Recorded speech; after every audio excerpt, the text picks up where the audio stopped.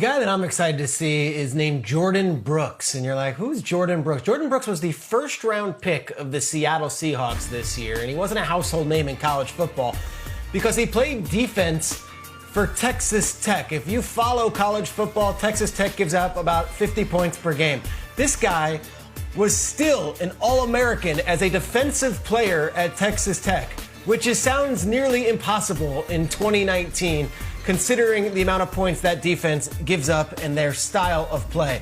But it didn't go unnoticed by NFL teams. Multiple teams had him rated as a first-round pick. He had an amazing combine, was overcoming an injury, ran an incredible 40. He is all hustle, he is all ball, and I'll tell you why I like Jordan Brooks, the linebacker. Because guess who he's playing alongside up in Seattle? He's going up there to play with Bobby Wagner and have Pete Carroll as one of his coaches. I know it's early and everyone loves Chase Young, and we'll get to other defensive players, but I wouldn't be shocked come December and January, we're talking about Jordan Brooks as the breakout rookie defensive player. A perfect situation for a player who is high motor and just wants to get to work. All right, I got a young guy who was filling in for a need on the Detroit Lions. And I'll be a little bit of a homer because I want to see the Detroit Lions become a more successful, competitive team within their own division and within the conference. But last year, they had 7 interceptions. That was last place. They gave up the most pass yards in the NFL. So you have a need, you fill that need, and they did that with the 3rd overall pick, Jeff Okudah.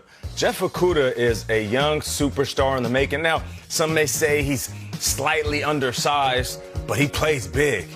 At the combine, he was in the 4.4 range, 41-inch vertical, 11.3 broad jump. And when you watch his college tape, he has a nose for the ball, as we like to say. But in DB terms, he has eyes for the ball, hands for the ball. He's going to get a ton of PBUs, mark my words. And hopefully he turns some of those PBUs into interceptions. So, yes, Jeff, Okudah Matata.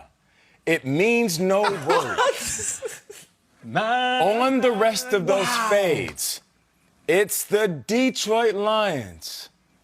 DB Okudah Matata. Okudah Matata. He's going to have a big year. Okudah Matata. Okudah Matata. Hey, we're all bowing down Matata. like we're at Pride Rock right now to you busting out a T-shirt. Wow. Okudah Matata. He makes wonderful plays. That is so good. Hey, how am I supposed to follow that? Wow. Let me get into my Isaiah Simmons talk about the Arizona Cardinals. I have no T-shirt. All right, I'll do my best. Nate, that's fantastic. All right. Why do I want to see Isaiah Simmons? Because we see guys come into the league and they get really flattering comps. This guy reminds me of a young Luke Kuechly, a Javon Curse, like great players.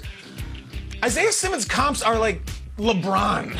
He goes outside the sport. Like, he's almost like a video game player. They've transcended other football players. So I just want to see this guy completely change the game of football on the first 3rd down the Cardinals face this year. And I would say this, too. Look at the thing that the Cardinals are building on offense there, that Cliff wants to do with Kyler. And look at the players they could have had. Like, they could have had C.D. Lamb, who Kyler was openly campaigning for. They could have said, screw it, and drafted Ruggs. Imagine they go 5 wide with D-Hop and Larry Fitz and Christian Kirk and Isabella and C.D. Lamb. They could have done that, and then you can cancel the season. Or they could have gone with a couple of tackles up there, just as a conservative pick to build around the offense. And they said, you know what?